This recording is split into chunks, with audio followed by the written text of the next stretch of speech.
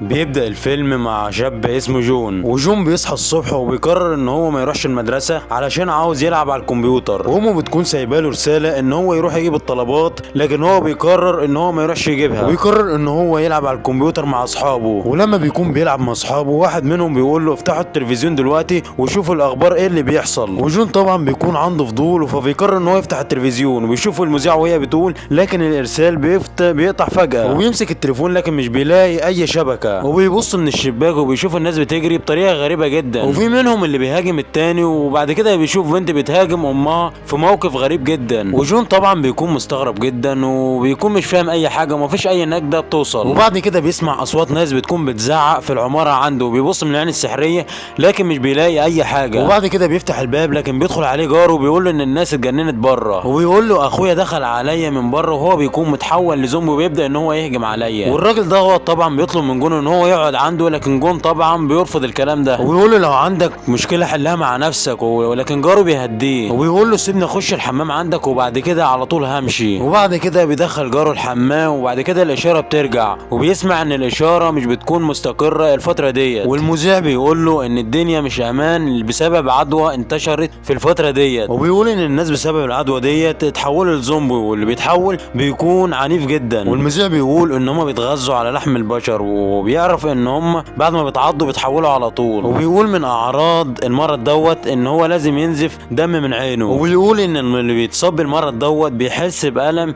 كبير جدا. وهو بعد كده جون بيفتكر جاره اللي دخل الحمام عنده، وجون بيبدأ ان هو يمسك سكينة، لكن جاره بعد كده بيطلع وبيكون ماسك رقبته وبيكون بيخبي جرحة فيها. وبعد كده جون بيبدأ ان هو يهجم عليه، لكن جاره بيبدأ ان هو يهديه وبيقول له ان هو عاوز يقعد ساعة واحدة عنده بس. وبعد كده مش بيعدي وقت كبير وعين جاره بتبدأ انها تنزل دم، ولما بيبص في المراية بيبدأ ان هو يصرخ وبيكون مظلوم جدا باللي بيحصل له دوت، وبيبدأ ان هو يجيله شوية تشنجات كده، وفي النهاية يعني بيتحول وبيبدأ ان هو يهجم على جون، لكن جون على طول بيمسكه وبيطلعه بره البيت، وجون بيبدأ ان هو يهجم عليه بالسكينة علشان هو كان بيقاوم وبيحاول ان هو يخش البيت تاني. وفي النهاية جون بينجح ان هو يطلعه من البيت، وبعد كده بيبص من العين السحرية وبيشوف زومبي ضخم بيهجم على جاره، وبعد كده بياكل جثته، وجون طبعا بيكون مظلوم جدا ومش مستوعب اللي بيحصل دوت. وبعد كده بيشوف دم جاره وهو بيكون نازل من عتبة الباب، وجون طبعا بيكون مرعوب جدا. وبعد كده بيجيب تلاجة كبيرة وبيحطها ورا الباب علشان يمنع اي حد يدخل عنده، وبعد كده بيروح علشان يغسل وشه علشان بيكون يحس ان هو بيكون في حلم. وبعد ما بيفوق بيقرر ان هو يرن على اخته، لكن الشبكة بتكون وحشة جدا. وبعد كده بيشوف ان اخته بعت له رسالة وبتقول له انها وهي وامها بيكونوا في امان، لكن هو لازم ان هو يكون قافل الباب كويس وتاكد ان في اكل يكفيه يعيش اليومين الجايين دول، وتقول له خلي بالك من الزومبي اللي بيكونوا مالين البلد اليومين دول. وجون بيبص على صورة عيلته ويتمنى ان هم يكونوا في امان. وبعد كده بيروح يطلع الاكل اللي جوه البيت وبيكتشف ان هو بيكون قليل جدا، وبيقول يا ريتني سمعت كلام امي ورحت اشتريت اكل. المهم ان بعد كده بينام وبيصحى تاني يوم وبيسمع ان العدوى زادت بكمية كبيرة جدا، وبيكون في ناس كتير اتصابت. وبعد كده المذيع بيسأل دكتورة وبيقول لها هو ايه الحل، وبتقول له ان الزومبي بيكون عنده عنف وتطرف بطريقة كبيرة جدا، وبتقول ان لازم كل واحد يخلي باله من نفسه ويقفل الباب كويس وتاكد ان في اكل يكفيه فترة حلوة يعني، ولازم الناس تخلي بالها من نفسها لحد ما يشوفوا حل في الموضوع دوت.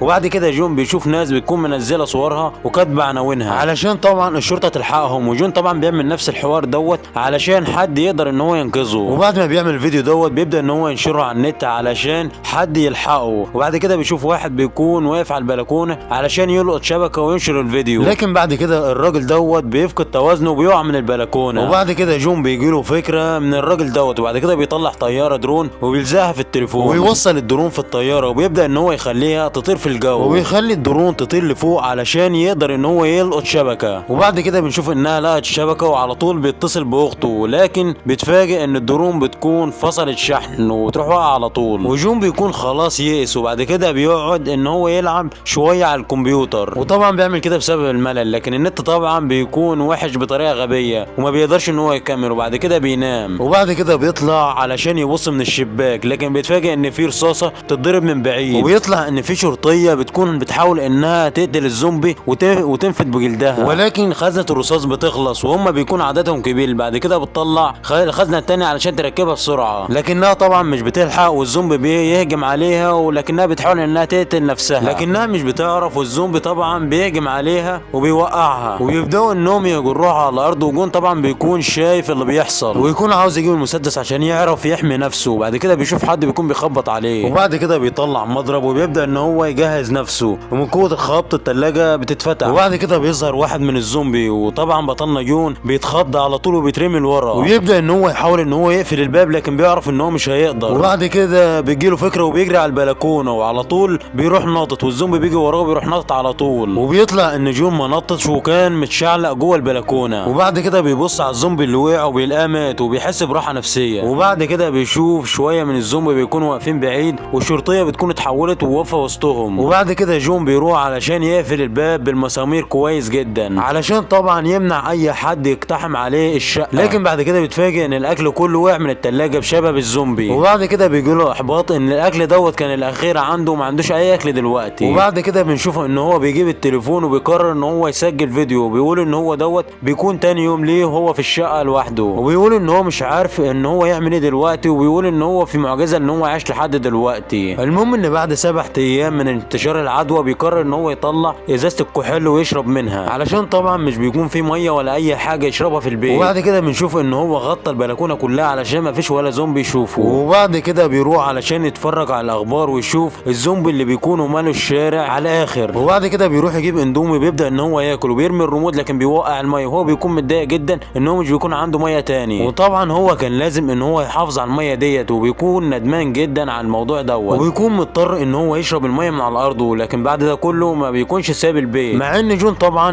بيكون عاوز ينزل علشان يجيب المسدس بتاع الشرطيه. وبعد كده بيفتح التلفزيون وبيلاقي ان الاخبار هي والبلد ما عملتش اي حاجه للموضوع دوت. والايام طبعا بتبدا انها تعدي على نفس الموال، وجون طبعا بيبدا ان هو يشرب كحول كتير علشان ما فيش ميه. وطبعا من السكر اللي هو بيكون فيه بيبدا ان هو يتخيل عيلته، وهو ما بيشوف امه بيترمي في حضنها على طول. ولما بيرجع لوعيه بيكتشف انها بتكون تهيؤات، ويبدا ان هو يزعل على الحاله اللي هو وصل لها. المهم ان بعد كده بيجيله رساله من امه، وهو بيحاول ان هو يلقط شبكه علشان يسمع الرساله دي، لكن مش بيكون في شبكه. وبعد كده بيطلع في البلكونه بالشكل دوت علشان يلقط شبكه. وبعد كده بنشوف ان الطريقه ديت بتكون نفعت، وامه بترد عليه وتقول له انها بتكون في شركه ابوه. لكن بعد كده بيتفاجئ ان ام اخت جون بيكون دخل عليهم زومبي وبيكون قتلهم. وجون طبعا بيكون زعلان جدا وبيكون في قمه الغضب، وبيبدا ان هو يكسر في كل حاجه في الشقه، ومن كتر عصبيته بيخرج ويبدا ان هو يقتل في الزومبي، وبيفضل يصرخ من كتر الغضب. وبعد كده بيشوف جاره وهو بيكون بياكل من جثه واحد، وبعد كده بنشوف ان جاره بيبدا ان هو يقرب منه، لكن جون بيبدا ان هو يزعق فيه وبيقول له ان هو يبعد، وبسبب صوته العالي فالزومبي بيبدا ان هو يجري عليه. وطبعا جون بيبدا ان هو يهرب منهم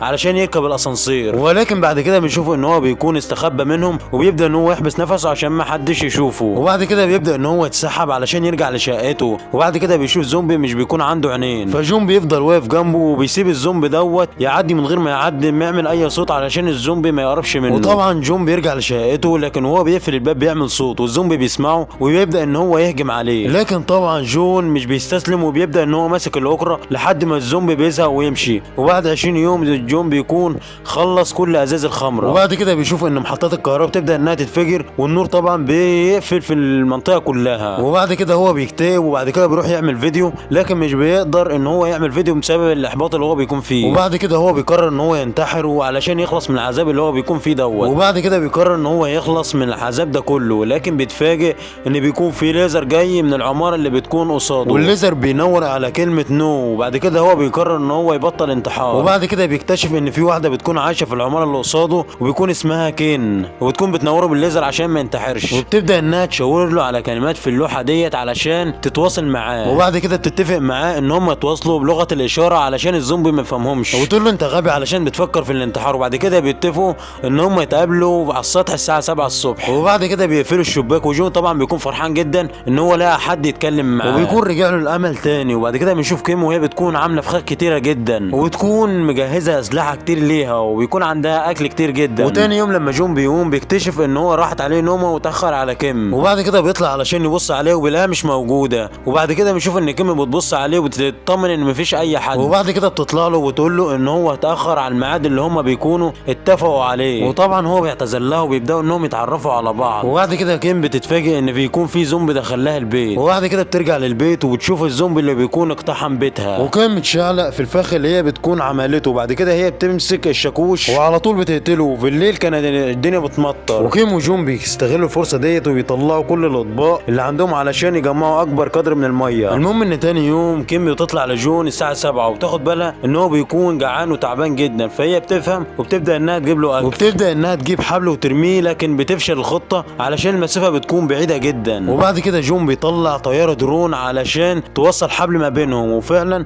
الخطه ديت بتنجح وبيكون في حبل وسيط ما بينهم، وهي بعد كده بتودي له كرتونه مليانه اكل. وجون طبعا بيكون فرحان جدا بالاكل دوت، لكن بيكتشف ان بيكون في مصيبه، ان في زومبي مسك الحبل اللي هي بتكون حدفته، والزومبي دوت طبعا بيشد الحبل ويشد ترابيزه وبيوقع كيم على طول، والترابيزه طبعا بتبدا انها تتعلق، والزومبي دوت طبعا بيستغل دوت ويبدا ان هو يطلع. وكيم طبعا كان فاقد الوعي، وجون طبعا كان عاوز يتصرف باي طريقه، وبيبدا ان هو يحدفه بالازاز، لكن الازاز مش بتوصل بسبب المسافه الكبيره جدا اللي ما بينهم. وبعد كده بيستعمل الطيار ويبدا ان هو يهجم عليه بيها، وبعد كده بنشوف ان الزومبي بيكون متشتت بيها، وبعد كده بنشوف ان في شويه زومبي بيكونوا بيحاولوا انهم يدخلوا عند جون، ونشوف ان الزومبي خلاص مسك الطياره وخلاص هيخش شقه كيم، ولكننا بعد كده بنشوف انها فات وقطعت ايده وبتكون رميته لتحت، والزومبي اللي تحت بيبداوا انهم يصرخوا عليها، وبعد كده بيلف بلاستر على رجله علشان ما يطلعش صوت وهو ماشي، وبعد كده بيخرج من شقته، وبعد كده بيشوف جثه جاره وهي بتكون متلقحه على الارض، وبعد كده بياخد منه مفاتيح شقته، وبعد كده بيدخل شقته، وبعد كده بيفتح الثلاجه وبياخد كل الاكل اللي هو يقدر ان هو ياخده، وبعد كده بيشوف الاوضه ديت جثه بتكون مرميه، وبعد كده بياخد جهازين لاسلكي من الاوضه، وبعد كده بيتاكد ان الجثه ديت بتكون حيه ولا ميته، وبعد كده في زومبي بيهجم عليه من ورا، وبعد كده جون بيتحامى في الجثه الميته وبينفد بجلده، وبعد كده بيرجع شقته تاني وبيبدا ان هو ياكل في الاكل اللي هو بيكون جابه، وبعد كده بيبعت جهاز لاسلكي وشويه اكل الجيم، وتاني يوم بيتواصلوا مع بعض عن طريق الجهاز اللاسلكي، وجون كان فرحان جدا ان هو بيقدر ان هو يتكلم مع اي حد، وبعد كده هي بتشكره على الاكل اللي هو بعته، وبتقول له انها اكلت الاكل كله، فهو بيقول لها ان هو اللي لازم يشكرها، وبيقول لها لانك انقذتي حياتي، وكيم بتقول له ان هي ما انقذتش حياته، هو كان عاوز يعيش ولا هي سبب علشان يقدر ان هو يعيش، وفي النهايه بيقول لها لولاكي ما كنتش قدرت ان انا اعيش، وبعد كده بيغيروا الموضوع ويبداوا انهم يطبخوا ويفضلوا يتكلموا مع بعض طول اليوم، ويبداوا انهم يتعرفوا على بعض اكتر، وهي بتقول له انها بتكون بتخاف من الاماكن اللي بتكون عاليه. طيب وبما انك وصلت لحد هنا ما تنساش تصلي على النبي عليه افضل الصلاه والسلام، وما تنساش تكتب لي تعليق كويس كده وتشترك في القناه، ويلا سلام.